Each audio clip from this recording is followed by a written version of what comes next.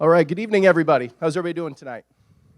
Awesome. Everybody had, and I see a few sweatshirts. Everybody's got that 12-0 Hawkeye glow about them still, so that's a good sign.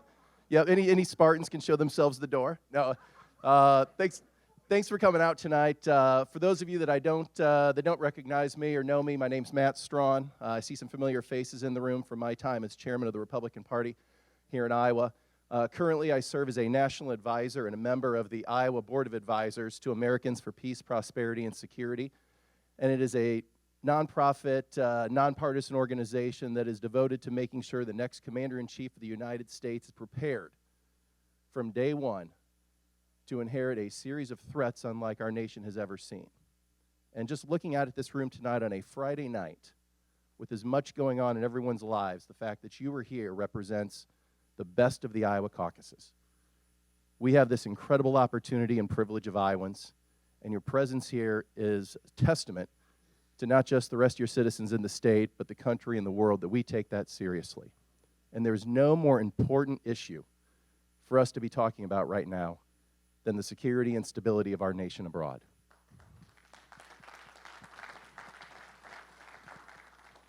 And the national founder of this organization, the national chairman, a gentleman named Mike Rogers, who was chairman of the House Intelligence Committee in the United States House, the former chairman, is fond of saying, if you want to see what the world looks like with weak American leadership, just turn on your TV. Iowans understand that. Iowans understand that we cannot have prosperity here at home until we have stability abroad.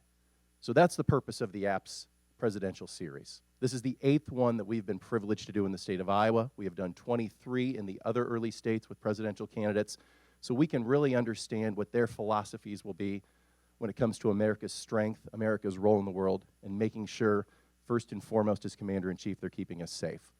But before we start the program, and I go over the program format, I'd like to welcome one of your own, and I see he too is sporting the black and gold of our Hawkeyes, Jim Oberhelman, to come up and lead us in the Pledge of Allegiance. Jim.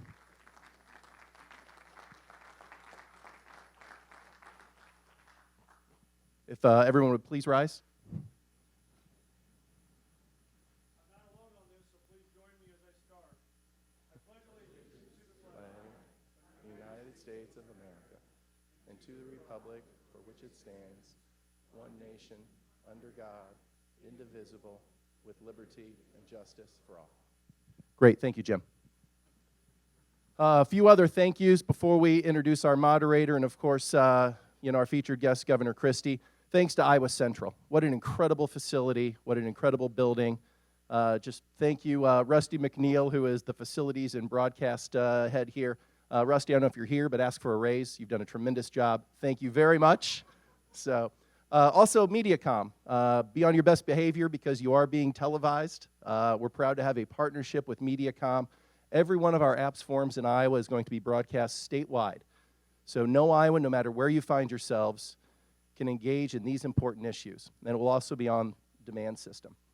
So our program, we're going to have about 20 minutes of moderated discussion between our moderator and Governor Christie, where they will have an in-depth conversation about the challenges facing the world right now and what Governor Christie would do as President of the United States. After that 20-minute session, we've got about 25 to 30 minutes available to hear questions from Iowans. I have been amazed at the questions that were submitted when each of you registered to attend tonight. It shows, again, that Iowans understand the serious challenges this nation faces from all corners of the globe.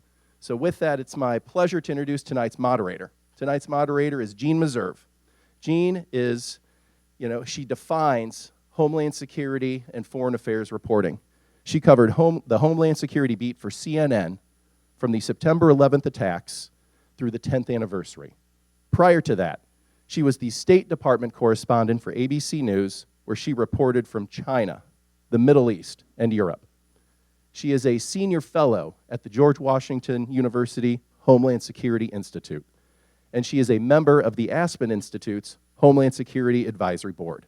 Please join me in giving a great Hawkeye State welcome to Jean Meserve, tonight's moderator.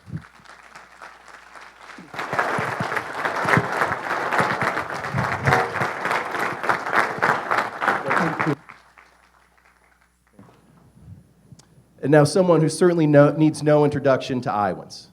He has been a friend to Iowans over his years, a great friend to our Governor, Terry Branstad, someone who was the 55th governor of New Jersey, elected in 2009 and elected again in 2013. And let me tell you, as somebody that used to run a state political party, New Jersey's a lot tougher terrain to win elections than it was even here in Iowa, so that's saying something.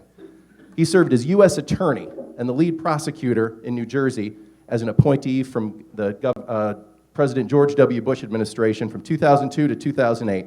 He is somebody that is known for making tough decisions, known for being a fighter, known for telling it like it is. Please join me in giving a great North Central Iowa welcome to the Governor of New Jersey, presidential candidate, Governor Chris Christie.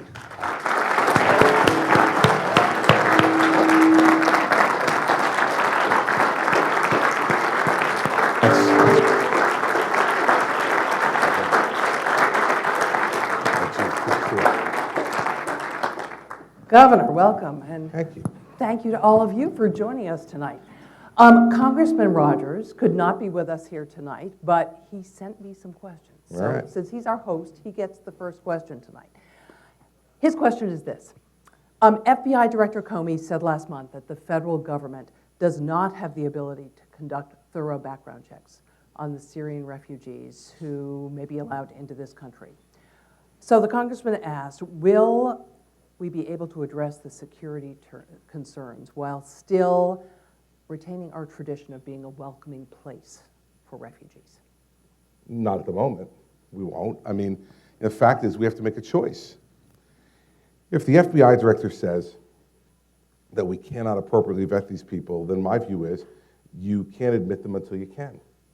And every effort should be made for us to be able to develop the wherewithal to do that. But I just don't believe at this time in our history that what we should be doing is rolling the dice.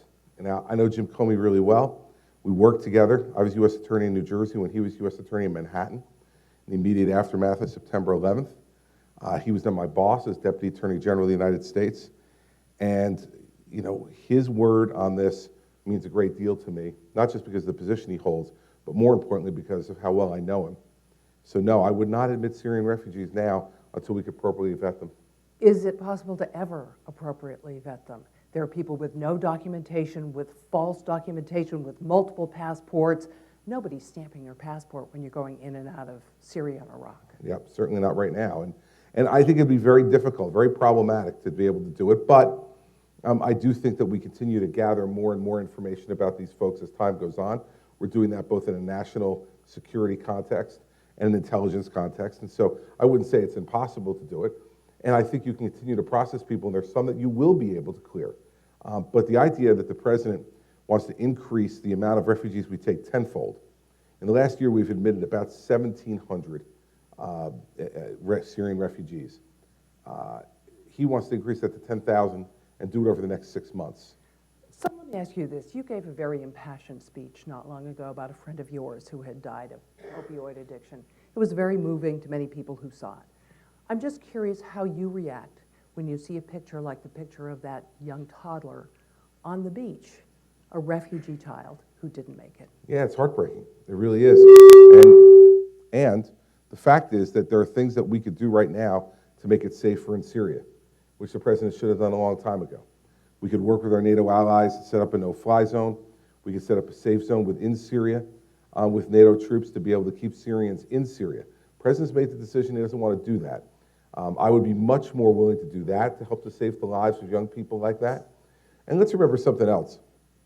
The president made a real, wisecrack after I made the comments I made, that he said, there's some tough guys in the Republican race who are afraid of widows and orphans, implying, that women or children would never be involved in terrorist activity.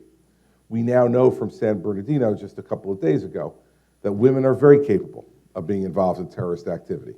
And the widow who comes over here from Syria, if aligned with ISIS or another organization, could create just as much death as any man, given the weapons that are available now. So, the president, he likes to get a cheer from the UN crowd. He's looking maybe to get his second worthless Nobel Peace Prize. But I'm not looking to put American lives at risk to help him to get that. So you're a big fan of the NSA surveillance program, which was discontinued on Sunday. Yep. It was in place until Sunday, and yet it did not pick up this couple in San Bernardino. It isn't the cure to everything, is it? No. And how do we find those people Now, who are listen. inspired by ISIS, but as far as we can determine thus far, not connected with them? There is no one intelligence capability that's going to be the cure to everything. There's no one silver bullet. But the question is, during a time of increasing danger, do we want to decrease the tools we have? I mean, that doesn't make any sense to me. And the fact is that what the president did, and not just And the Congress did. Well, I was going to get to that. It's not just the president, but you have two other people who run on the Republican side for president who voted to take away this authority. Senator Cruz and Senator Paul both voted to take away that authority. And Senator Paul and I had a very spirited conversation about this in the first presidential debate, you might remember, back in Cleveland. And he, contended I was overreacting to the threat. I think after Paris, and now after San Bernardino, I think Senator Paul is the one, and Senator Cruz, who have an explanation that they owe to the American people. So you would push to restore that program. Absolutely. What else would you do? You said it's not a magic bullet. No. How else would you beef up intelligence? Listen, part of what you need to do is not only beef up the tools, but give confidence to the men and women who are doing the job that they're going to be backed up. You don't think they have that now? No, I don't. And I think it began with some of the rhetoric the president and his people have used over time, and concluded with that report that the Senate Democrats put out at the end of last year, which in essence accused people in the intelligence community of engaging in crimes, when in fact all those people in the intelligence community were authorized by the United States Justice Department to do the things that they did in the post 9/11 era. When you do those kind of things to folks who are operating in a dirty and dangerous world to begin with, and you make them feel as if they go out and do what needs to be done, that they're criminals, you're killing the morale of folks in the intelligence community. And I've had a number of But intelligence this officers. isn't just about morale. Well, no, it's not. We just talked about the NSA metadata program that I would restore. It is also about morale, though. It's absolutely about morale. And it's about law enforcement morale as well, and law enforcement tools that are necessary to be able to do this. So President what Bush, additional tools would you give? I'm not saying we need additional tools, Gene. Let's restore the tools that we had. With those tools that we had, for the 7 years after 9/11, we did not have another major terrorist attack on American soil. And let's remember, the San Bernardino attack is now the largest loss of life, American life, on American soil from a terrorist attack since September 11th. I don't believe it's a coincidence that we have a president who has been unwilling to acknowledge Islamic jihadist activity. But he's still today, as of today, can you imagine this? What if on September 11th, in the days after September 11th, it wasn't President George W. Bush sitting behind the desk in the Oval Office who said, this is a terrorist attack on America, but it was the FBI director in New York. Because the FBI director in Los Angeles is the one who announced this was a terrorist investigation, not the President of the United States. The President of the United States will still not have those words come out of his mouth, nor will Hillary Clinton. I mean, this matters, everybody. It matters. But what are you going to do? That's what, Well, that's past, let's look forward. Well, listen, We you just know, had San I love- Bernardino, it wasn't detected. I love the fact when people say, well, that's past. Whenever it's something bad for the Obama administration, well, let's not worry about that. No, I'm That's not saying past. that at all. I know, But that's the what gets point of put to the forum Republicans. is to figure out what you're going to do as Yeah. president. Well, I just told you what I'm going to do. I'm going to enhance the capabilities of the intelligence community. I'm going to enhance the capabilities of the law enforcement community. We're going to support them at every turn and give them the resources that they need. If Jim Comey comes to me and says, you know what, Mr. President, if you give me X percentage more FBI agents in my terrorists, X percentage more in technology, I'll be able to do even better. I assume that's what I'm going to hear, given what the president has done to the budgets of the FBI and the CIA and the NSA during his time as president. So there's lots of different things we can do, Gene, that don't involve a new technology, new gadget, or gizmo. It's about more people, because this is not only an electronic intelligence issue, it's a human intelligence issue. And it's not just human intelligence here in the homeland, it's human intelligence around the world as well. And what do we do about that? Here we have the Europeans, and we have just seen in Paris that their security system is full of significant gaps, and we have a visa waiver program. 38 countries, including most of the European countries, can send people to this country without any interview at an American embassy. Yep. What do we do? Well, listen, this is part of the conversation that an assertive American president would be having with the allies right now to be able to do it, and he's not doing in that. fairness, President Obama did tighten up the visa waiver program to some degree in the past week, and Congress is considering legislation. Except the problem is that it's not just what happens with us, it's what they're doing in the European Union. So the president goes to Europe to talk about this? No. The president goes to Europe to talk about climate change, because that is the moral imperative and challenge of our time. While Parisians are being slaughtered in theaters and on the streets and cafes, this president decides to spend his political capital on climate change. I'll guarantee this, Gene, the 230,000 slaughtered Syrians, they're not worried about climate change right now. Don't you think They're the not worried about president can climate walk change. and chew gum at the same time? Can This he do both? president, I see no evidence of that.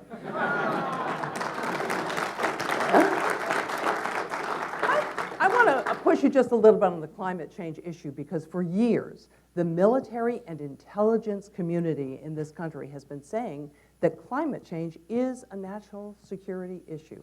And several former leaders in the space, including former directors of the CIA, former heads of the State Department, have just signed a letter saying so and saying we should act, because this does pose a long-term threat to the United States as opposed to the near-term and long-term ISIS. Key part of the question there, right?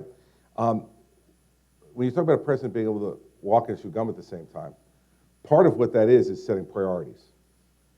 It is completely out of whack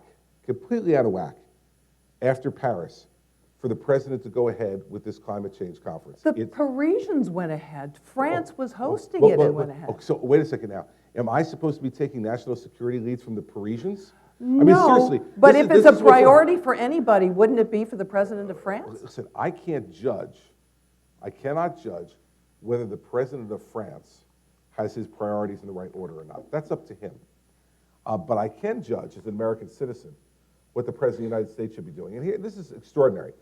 When the attacks in Paris happened, the weekend after, I was watching one of the Sunday morning shows, and the Deputy National Security Advisor for the President of the United States was on, and they asked about Article 5, an invocation of Article 5 of the NATO treaty, which is an attack on one is an attack on all.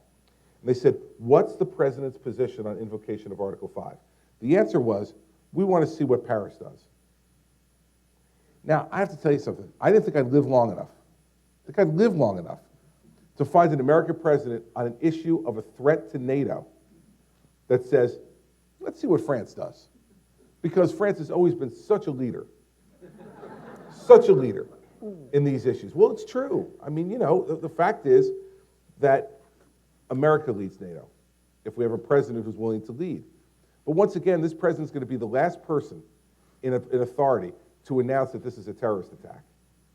And I guarantee you, you won't hear Islamic jihadism come out of his mouth. Won't say it. You know, leadership by euphemism is a problem. And the fact is that this president won't say those words, and neither will Mrs. Clinton, because they're worried about being, you know, popular with the politically correct crowd. I have the second largest Muslim population in America in my state. Only Michigan has more Muslim Americans in their state than New Jersey does. Muslim Americans in New Jersey are not confused when you say radical Islamic jihadism. They don't think I'm talking about the guy who owns the corner store or who works in the company down the street, who, you know, absolutely acts peacefully in the conduct of his religion, raises his family, and works hard. He doesn't think I'm insulting him, because he knows he's not a radical Islamic jihadist. But if we don't use those words, those euphemisms create more confusion than they create clarity. Except the president doesn't want to get involved in that, because heaven forbid that he should speak clearly about these things. So information sharing clearly has been part of our intelligence posturing and will continue to be. How far can we take that with the Europeans when they have privacy concerns that are different than ours? Well, those are things that have to be negotiated. But they've been trying to negotiate it. I The Bush understand administration tried to negotiate it. I understand that too, Gene. But you know what? We're in a different world right now. Their concerns may become. We'd had attacks in London and in Madrid. Yeah, this is different. This is different now, because what's happened now is an organization like ISIS that is now no longer looking for symbolic type of attacks like Al-Qaeda, was generally the kind of organization that was looking for big symbolic attacks. Here's the problem for us now. ISIS just wants American blood, along with the blood of others who disagree with them. If a Center for the Developmentally Disabled in San Bernardino, California, is now a terrorist target, that means every place in America is a terrorist target. And every place in France, or Great Britain, or Germany, any of the other Western European countries is a target. I think this is a new context, and I think it will be easier to negotiate information sharing in light of the privacy concerns in light of this new context. Now, I could be wrong, but it's also about who's negotiating and how you're leading and all the rest, but I'm optimistic that given this new context, if we're aggressive about it, we'll be able to come to agreements. They don't even have in the European Union a common database for sharing information about people who are suspected of terrorism. Yeah, it's very true. They're well behind us, and that's why America has to lead and push for them to do those things. And I think, now that there has been European blood spilled, the imperatives become much different. Look at all the different things that France has done since the attacks that you would have thought before those attacks. On a temporary basis. I understand that, but they never even did that on a temporary basis before after attacks in London or in Spain or in other places across Europe. France never was willing to do those things even on a temporary basis. So there is a mood change, and we have to acknowledge that mood change, and we now have to move people towards those changes, some of them at least, that are sensible, being long-term permanent solutions. So we've been talking about defensive strategy. What do you do offensively about ISIS? Well, I think, first off, you need to understand how well-financed they are. Very well. Both from oil money and from the looting of Iraqi banks as they pillage their way through that country. It's the most well-financed non-governmental army the world has ever seen. Yep. And so part of what we need to do is disrupt that financial network by going and attacking those oil fields and cutting off their ability to supply oil. And that has begun. Yep. But should have begun a long time ago. This is like, we turned over after the Paris attacks a number of ISIS targets to the French. What I immediately thought was, why hadn't we attacked them already? If we had this list of targets that were, according to the administration, high-quality ISIS targets, why were we sitting on them? And why did we give them to the French? I mean, I have no problem with the French making those attacks once we gave them to them. But why were we sitting on them? It's because this president believes, and listen, I got in a back and forth about Jeff Goldberg about this in an interview that got published today. So I'm going to use the language that the President of the United States uses. His philosophy, his governing philosophy in the White House is, don't do stupid shit. That's the administration's philosophy. That's what they said. And I said, well, for an administration who has that as their governing philosophy, they've done plenty of stupid stuff, right? And the fact is, to sit on those targets is stupid. But what the president wants to do is to always err on the side of American inaction versus American action. So what would you do? Well, first off, I talked about a no-fly zone in Syria and a safe zone in Syria for Syrian refugees. That needs to be done in accordance with our NATO allies, who I think will be ready now and prepared to be able to participate in that. On ISIS, we have to step up our attacks. Everyone needs to step up in a coordinated way, our attacks on them. Boots on the ground? Well, if we need to, yes. U.S.? Sure. As part of a broader coalition, not going it alone. No one else wants to put their boots in there? Well, you know what? That's yesterday, Gene. That's not today. And, also, this is about American leadership.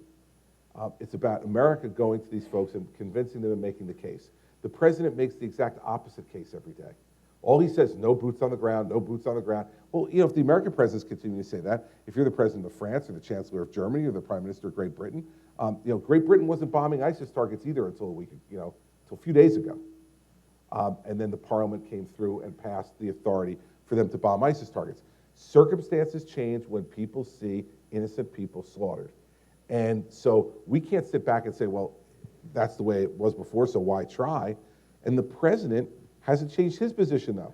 Well, he says he's putting more special operations forces in. Yeah, I think 150 now. Well, I mean, we've watched small SEAL teams have a big impact. Yeah, small SEAL teams can have a big impact, but not against what you just called the most well-financed private army in recent history. 150 special ops, no matter how talented, brave, and crafty they are, 150 aren't going to do the job. Now, the question is, though, we don't want to see America get involved in another situation where we're an occupying force in the midst of the Middle East by ourselves. Because that's what Iraq really became over a period of time. And so the question becomes, how do you do this? And you need to get greater buy-in from our allies. The problem is that our allies are skeptical because they can't count on America's word anymore. They just can't. This president Well, they doesn't keep also his have word. greatly reduced their defense budgets. They have, as have we. As have we. And the president has been a major driver, along with sequestration, and the way he implemented sequestration, in making sure that we now have an army that's the smallest it's been since 1940, and a navy that's the smallest it's been since World War I. So Still very everybody has much the problems. largest army in the world. Absolutely, but that's not the rationale for going it alone. And the fact is, we need to say to these folks, are you engaged in this war or are you not? And so do we welcome the Russians as part of this coalition? Well, no, because the Russians have no interest in ISIS. I mean, let's be realistic. The Russians have no interest in ISIS. The Russian commercial airliner was taken down 3 or 4 weeks ago. Have we seen a major Russian attack on ISIS yet? I think we've seen more. Yeah. But Let me yes, ask you against this. others, Right. as well. What's happened is Putin will every once in a while throw a couple of bombs the ISIS way while he is slaughtering the rebels in Syria to prop up Assad and to keep Assad in power so he has a client state in the Middle East, and the Iranians can help to extend Shia power across the region. So my problem with Putin at the moment is you cannot count on him as a reliable ally against ISIS. Now, those circumstances can change too, based upon how much we're willing to push him, what we're willing to do in other areas to incentivize him. But right now, his main goal in the Middle East is to keep Assad in power. And what do you think about keeping Assad in power? Must he go? And if he does, then what? I think that's the big problem. And that's the problem with the president waiting as long as he did to do anything in Syria and threatening to do something and then not doing it. I mean, here's part of the problem why people don't believe the president in the Middle East anymore. It's because he said if Assad uses chemical weapons against his people in Syria, we'll act. And I don't think that what the Saudis, the Emiratis, the Jordanians, the Egyptians thought the president meant by acting was calling Putin and asking for help to come and negotiate a deal for him with Assad. And so, I had an ambassador from a friendly Arab country say to me 6 months ago, he said, Governor, when we used to have problems in the Middle East, America was our 911 call. He said, now we dial 911, we get voicemail. And so... Was that ally Saudi Arabia by any chance? It was not Saudi Arabia. And but where are they? It wasn't Saudi Arabia, and that's the only game of elimination we're going to play on this game. And where are they, by the way, in all of this? Oh, listen. They're worried about Yemen. By the way, the Saudis are distracted by Yemen. They're significantly distracted by Yemen. But this is what happens when America doesn't have a strategic vision for the region and leading the world. We allow everybody to go off and battle their own little battle of choice. Do you ever estimate how much influence the U.S. can have in this situation? No, I don't. I've watched our country over time have enormous influence. It doesn't mean that we're going to straighten out the Middle East, and I don't care to be marriage counselor in the Middle East. But what we're seeing right now is the cost of American inaction. We have chaos everywhere. Remember, Secretary Clinton said if we got rid of Mubarak and Gaddafi, the Middle East would have an Arab Spring and we'd have a much more stable place. How'd that turn out exactly? So I'm not jumping to get rid of Assad, but what I'm saying is that Assad is part of the reason ISIS has been created and gotten stronger.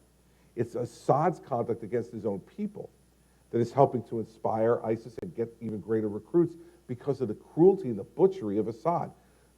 Let's face it, it's also hatred of America. Well, there's no question that's part of it. But I would tell you that I think from a really fueling that movement, that the butchery that has gone on every day in Syria for years, and hundreds of thousands of people killed, and millions of people who are fleeing because they can't survive there, those people are much more incentivized to radicalism by that than they are by some generalized hatred of America.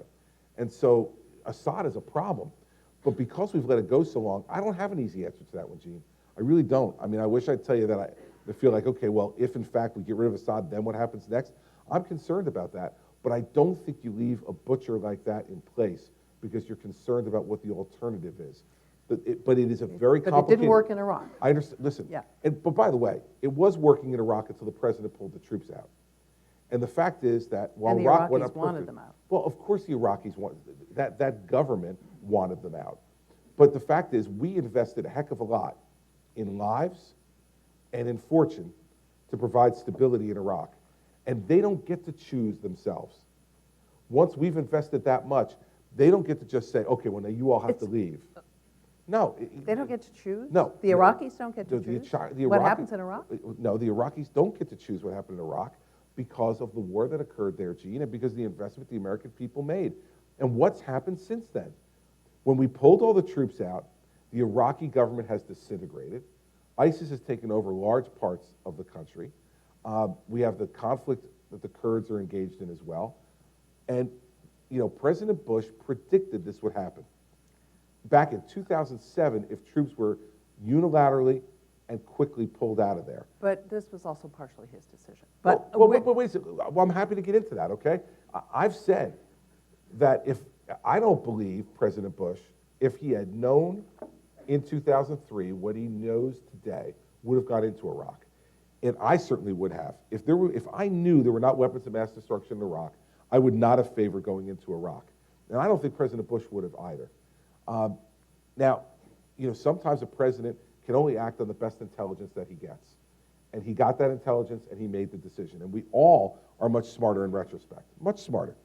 But do we devalue the investment that we made there even more by then not having a retention of force agreement in place with the Iraqis so that we could keep some there to keep stability for that government? Because now what we have is mayhem in Iraq.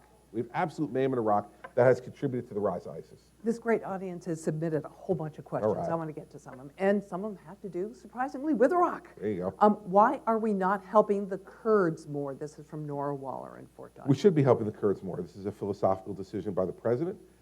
This is delicate work, as you know, because of our relationship with the Turks. Who do not like the Kurds. Yes, and they're part of our NATO alliance. But the fact is that the Kurds are like the 51st state. I mean, if you want to talk about allies in that region, the Kurds love America and really support Americans. So we need to find a way to help the Kurds to be able to defend themselves in a very dangerous place. Can you be specific? Well, I think providing them with more arms and more technology is not a bad thing to do. Now, we've got to do it by being sensitive to our Turkish allies. There's things they want from us, too. Trades can be made all the time. That's what happens in foreign policy. Andrew Bergquist asks, what's your view on veterans going to Iraq and working with the Kurds? Veterans? Veterans. You know, listen, this is a free and open society. People can do much of what they want to do. I don't think that should be a coordinated policy of the American government, though, no. Tracy Crimmins asks, what would be your first course of action in office to directly let ISIS know that you're the new man in charge? My election would tell them that. But what about and it would action? tell, listen, the kind of campaign that I am running, and I've been talking about this issue as much or more than anyone, probably myself and Senator Graham, as much or more than anybody in this race, would send them a message much more important than anything I could say. It would say the American people are ready for a different style of leadership and a different approach to this. A president can speak for the American people, and should, but the American people's resolve is an even stronger tool for a president to use. I've already outlined some of the things that I think need to be done. I have no hope that they will be done between now and January 20th of 2017 by this president. So I think this entire mess, and probably worse, is going to be left on my desk for them, but that's okay. I'm used to that. I became governor of New Jersey after 8 years of a Democratic governor, so there were lots of messes left on my desk that I had to clean up before. A lot of questions here about ISIS here. Catherine Averill from Fort Dodge asks, my son attends Iowa State University. He's often in crowds of people on campus, and it worries me. Colleges and universities have been targets of terrorism in the past. Do you have any specific plans on how to protect young Americans? No specific plans on how to protect young Americans any different than middle-aged Americans or senior citizens. We're all Americans. And the fact is that under the current circumstances, colleges and universities very well could be targets. They have been. Right? And they have been before, and they could be again in development. Listen, what is the rationale for folks who have pledged allegiance to ISIS to attack a center where the developmentally disabled are treated? I mean, what's the message they're trying to send? It appeared, correct me if Well- I'm wrong, but the latest I read is they don't think this was ISIS directed. This was No, ISIS inspired, and Right. it Well, was that's up what to I said, these two people who have- individuals. I said, what's the rationale of people who have pledged their allegiance to ISIS, which is what this woman did on a Facebook page? Why is that? My point to you is that there is no logic or rationality to it. So defending something like that becomes even more difficult because we're thinking in a logical and rational way, trying to combat people who are thinking illogically and irrationally.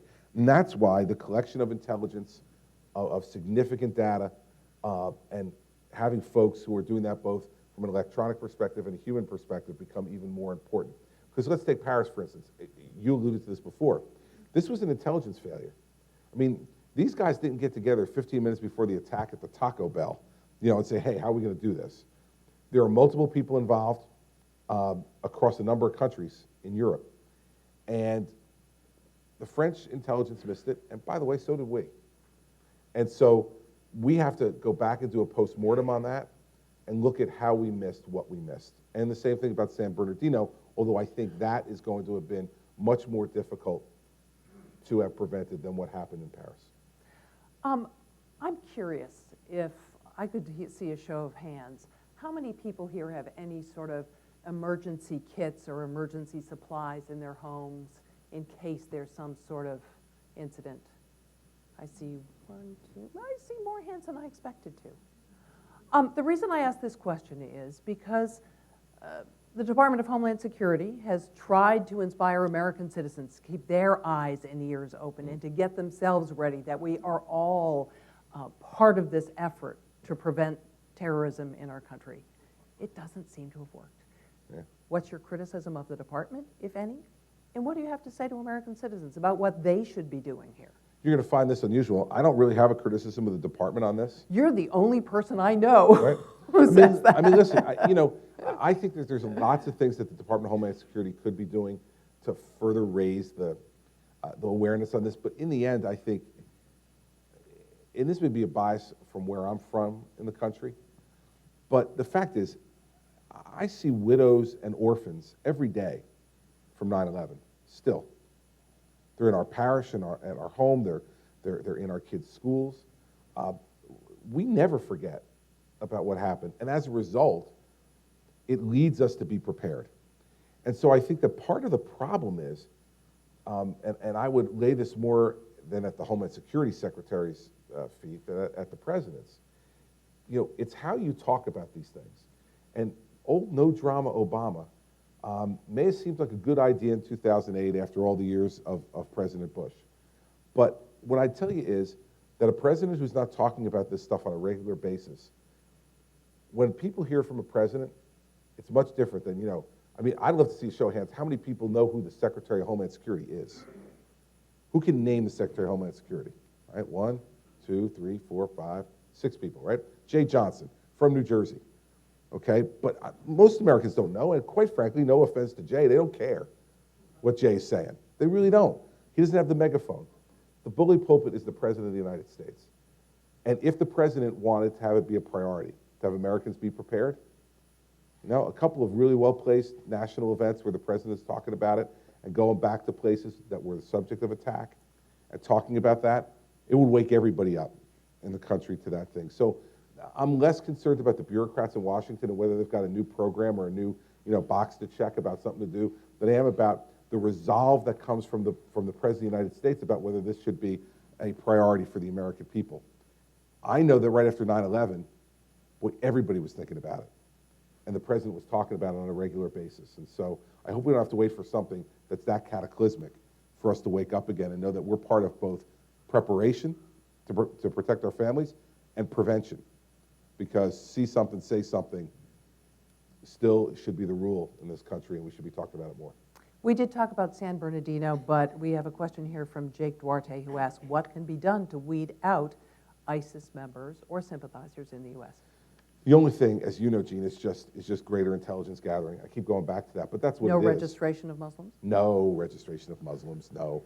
Which was suggested by another candidate. Yes, it was, and nor should we have registration of Catholics or Protestants or Jews or Buddhists or Hindus. I don't think we should have registration of anybody. Here's what I think. If you're going to register your religion, register it at your place of worship. And if you choose to worship peacefully, and worship in the spirit that you want to worship. And we should say that for everybody. And I think, listen, we know this is not a Muslim problem. This is a radical jihadist Muslim problem. And, I don't think that the registration of anyone is appropriate in our country. I think it runs against exactly what we're saying, and I think it's the kind of thing that smacks of, camps for Japanese during World War II, and I wouldn't want to get engaged in that. Actually, somebody has a question that relates to that. Amy Kirsten Bruno asked, will you create a large refugee camp for Syrian refugees similar to the camps in Thailand in the late 70s, early 80s for Vietnamese refugees? All nations could help support it until proper screening was done. She doesn't specify whether this would be in the U.S. or whether it would be more along the lines of what you're talking about, of a safe space in Syria. Yeah, someone volunteering Fort Dodge for that? You want to talk about, people have a hard time, wanting to cite jails and prisons and citing, you want to cite a Syrian refugee internment camp. No, I think what we need to do is to make areas of Syria safe for Syrians and let them stay in their own country. I don't believe, when we can't properly vet them, that having them in internment camps in the United States is the way to go. I understand the American desire, and this is a laudable desire. There's the American desire to want to help. That's part of our ethos. It's part of who we are. But there has to also be a part of our ethos, which I know there is, about self-protection as well.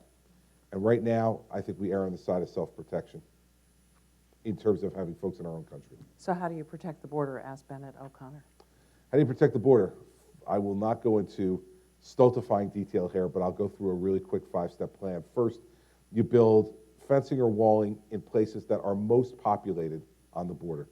I am not a 2,000-mile border wall man for a few reasons. One, because it's too expensive and ridiculous. And it hasn't worked in all places. No, of course it doesn't work, because now I hear there's going to be a door in the wall, too. A big, beautiful door where the good people can come through. I'm going to figure out who the good people are. I'm a little bit worried, but that's okay, the good people. And I hear that the Mexicans are going to pay for it. Well, let me just tell you, over the last 18 months, I've met twice with Mexican President Peña Nieto, once here in the United States, once on a trade mission to Mexico City. Smart guy, good guy, he's not paying for the wall. I guarantee, I don't care who asks him. I don't care whether he gets offered, a special luxury weekend at a special golf course somewhere. It's not going to happen, okay? But fencing and walling in heavily populated areas can be smart and a deterrent that we could use. Second, we need to, I think, embed FBI, DEA, and ATF agents with our Border Patrol at specific places along the border to interdict guns and drugs. They're the people that are most specialized in doing that work. No offense to our Border Patrol folks, but I think we need a greater presence by those folks on the border. Where does the money come from? Well, we'll get to that in a second, Gene. Third, it's the biggest, hardest question. I will tell you. But third, we need to use technology more, both stationary cameras and drones that are equipped with cameras along the more remote ports of the border.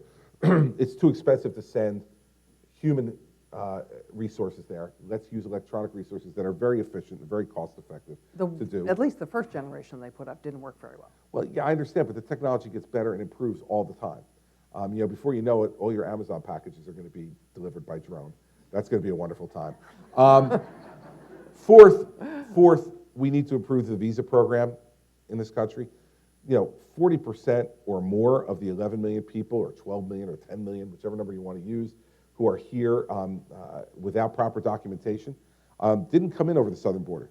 They came in through the airports, on a tourist visa, on a student visa, on a temporary work visa, and then we lose track of them. Now, I got in all kinds of interesting conversation when I said in Iowa about 5 months ago, if Federal Express can track a package from the time it leaves your doorstep to the time it gets to the doorstep you want and tell you every step of the way, it's in the warehouse, it's in the truck, now it's on the plane, it's off the plane, it's in another truck. It has a barcode on it. Right. Yes, it does. And you know who else has barcodes on them? Every human being, right here. I don't need to put a new barcode on it. And that's why when the press said, I went on CNN, and I had a woman say to me, Governor, your plan sounds like you want to put chips in people when they come over the border. And I said, no, I don't. Well, do you want to slap them with barcodes on their foreheads, on their arms, where? And I looked at her, I said, you have 10 barcodes right here, 10, that are unique to every individual. What I say on the visa program is, every person who comes on the visa gives their thumbprint. The thumbprint goes into a database, and when you want to access services as a person who has a visa and is here on a visa, you have to give that thumbprint. And if it shows up on the system that you've overstayed your visa, we tap you on the shoulder and tell you it's time to go home. It's like all of us had Thanksgiving last week. I'm sure you invited folks to your home for Thanksgiving. This would be like you invited them to home for Thanksgiving. Then Saturday, you decide to go upstairs and take care of the guest room, and they're still there. Yeah. Like, hey, man, I just invited you for Thanksgiving. What are you still doing here? But we do that enormously in this country. A biometric system to be able to do that makes sense and will help us to stop to adding to that number. Last is E-Verify. Folks come here to work. They don't come here to vote. They come here to work. Go ahead. What do you want to interrupt me on E-Verify? Go ahead. It hasn't worked very well. Well, because we haven't forced businesses to use it. There weren't photographs involved. Right, and that's why the biometric system makes sense. And, by the way, we also have a situation where there's no penalties of any consequence. We have to recognize that American employers are creating some of this problem. When they want to hire cheaper labor that's illegal to increase their profits, they're helping to create this problem. So we can't just say it's those people alone who are creating the problem. It's not. We're creating the problem too. So my idea is to fine anyone who hires someone illegally, double the amount of money that they've made off the person. Business is in the business of making money. And if it no longer is a moneymaker for them, they're not going to do it. And a lot of people who are here just to work will leave on that basis. That's the way you secure the border. Now, I haven't forgotten that Gene asked me how we're going to pay for it. Part of the way we will pay for it is that I'm the only person in this race, still, shockingly to me, in December, that's put forward an entitlement reform plan. The only person. And our entitlement reform plan will save $1.2 trillion over the next 10 years. That will not only solidify those entitlement programs like Social Security and Medicare, Medicaid, and Social Security Disability, but it will free up money for us to invest in greater defense and greater intelligence capabilities for our country. So, you know, unlike everybody else who might sit in this chair, our plan is not only specific, but it's already been scored by CBO, so it's not me magically scoring it somehow and coming up with a number. And what do you do about the people who are already here? Listen, I think that's going to have to be something that's going to be taken care of over time. Don't believe anybody, by the way, who tells you that they're going to deport 11 million people in 2 years. I want you to understand what that means. Okay, now I've done law enforcement for 7 years, overseeing customs and immigration and customs enforcement, overseeing border patrol as a U.S. attorney. That means 15,000 deportations a day, every day, for 2 years. I want you to understand that at every level of government, from the federal down to your local police force, in the United States, the average number of arrests per day are 27,000 across the entire country. That means we're going to increase it more than 50%. Who's doing it exactly? How many more officers at the federal, state, and local level we're going to have to hire to do that? And I want you to also think about something. What's it going to look like? Because it's not going to be done like in a way that's sterile. Right? We've heard one of the candidates say, oh no, the good people are going to be able to come right back in. How do you know who the good people are? And who's deciding who the good people are? Man, if I was one of those people who thought I was a good person, and all of a sudden I got to judge the bad person, I would be pretty worried. And so don't believe these easy answers. Over the course of time, if you use E-Verify correctly, a lot of those folks who currently are here to work, who would not be able to work, will leave on their own. Because the only reason they're here, they're not here to vote, like Hillary Clinton thinks. They're actually here to work. They don't care. Many fewer of them care less about voting. They care about working and supporting their families and sending money back to their home countries to be able to help their family back there. If the jobs aren't here, they're not going to come. So we're part of the creation of the problem, but I am not a person who believes that you're going to be having forced deportation of 11 million people over 2 years. It doesn't work. It's not going to work, and it will be ungodly expensive to do it because of all the officers you're going to have to hire. Talk about an over 50% increase in arrests a day, every day, for 2 years. It sounds great, everybody. I love when people stand up on the stage and say, don't you worry, it's going to be done, it's fabulous, it's perfect, it's going to be done. It's not. It's not. The Secretary of Defense said yesterday that women will now have access to all combat roles in the U.S. military. Do you think that women are up to some of the really tough jobs, let's say in the infantry? Many women I know are.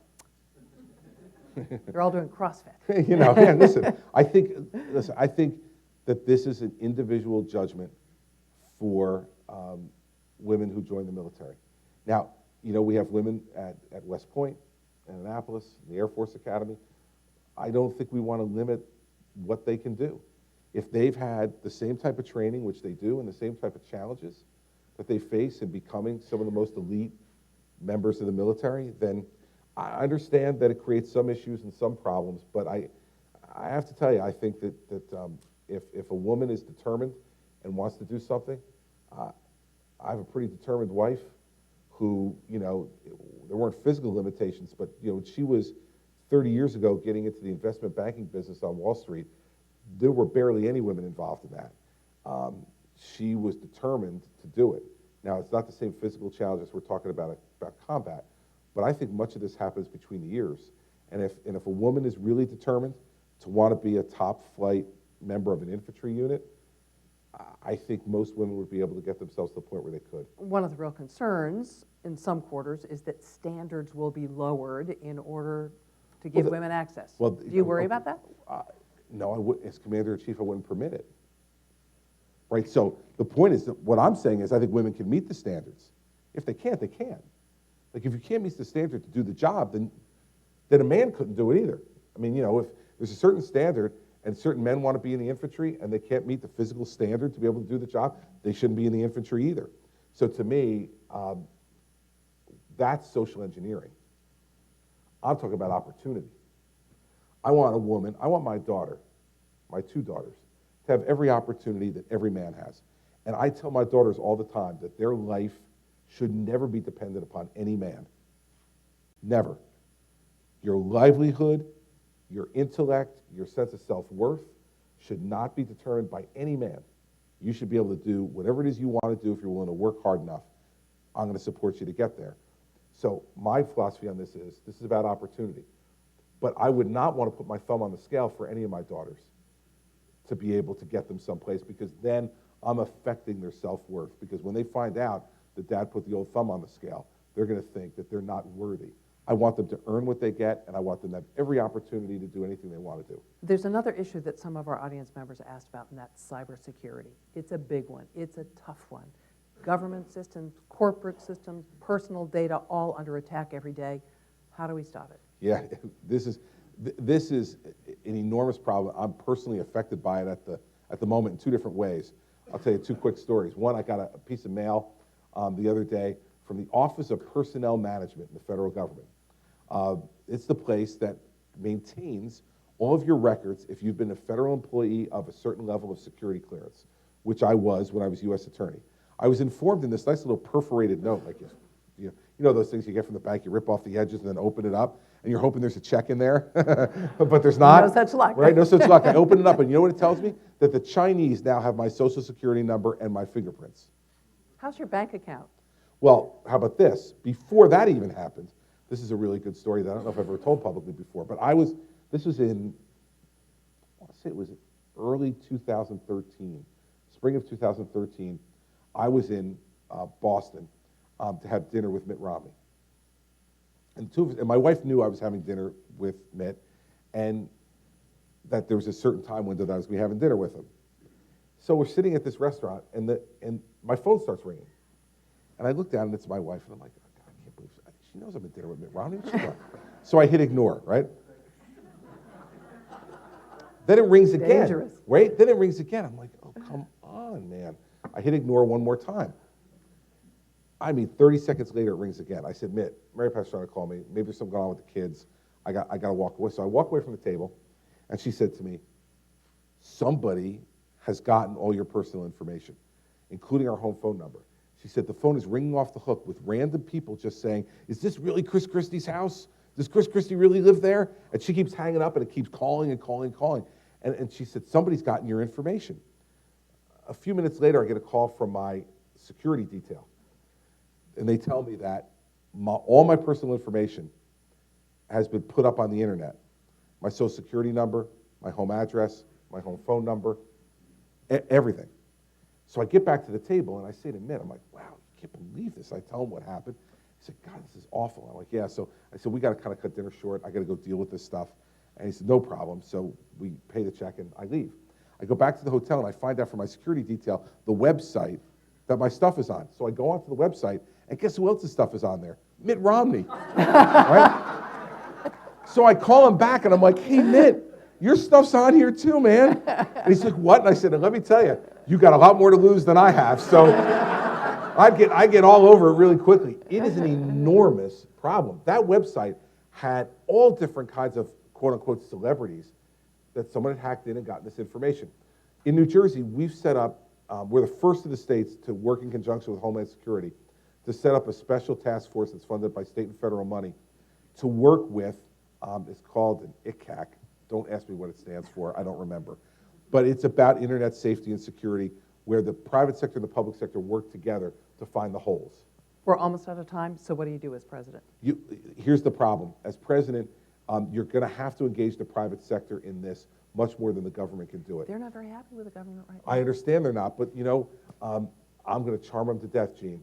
I got a lot of friends in Silicon Valley who've been very supportive of me over time, and I'm going to charm them on this because in the end, Are you going to get encryption taken care of too while you're at it? Well, that'll be part of the agenda because if we're allowing everything to be encrypted and we can't find a way to find out what's going on, then all these terrorist plots we're talking about will be conducted on the dark web, and we won't be able to find out anything that's going on. So it's a serious issue.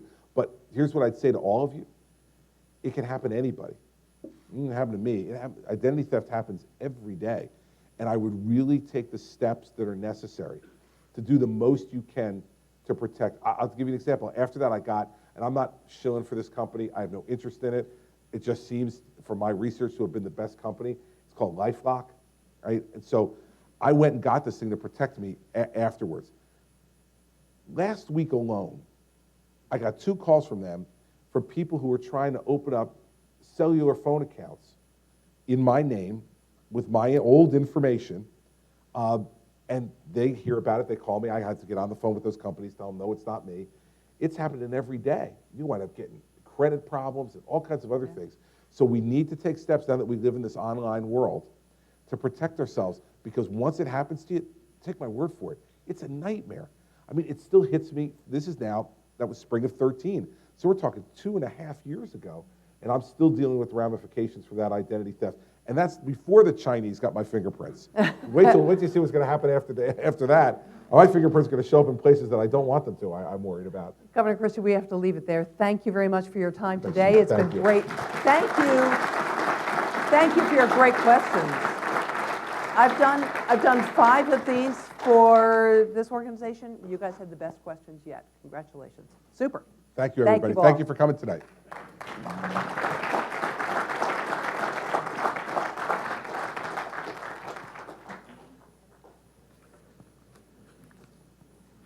So how are you? Thank you. Good. Thank you. Go Hawkeyes, baby.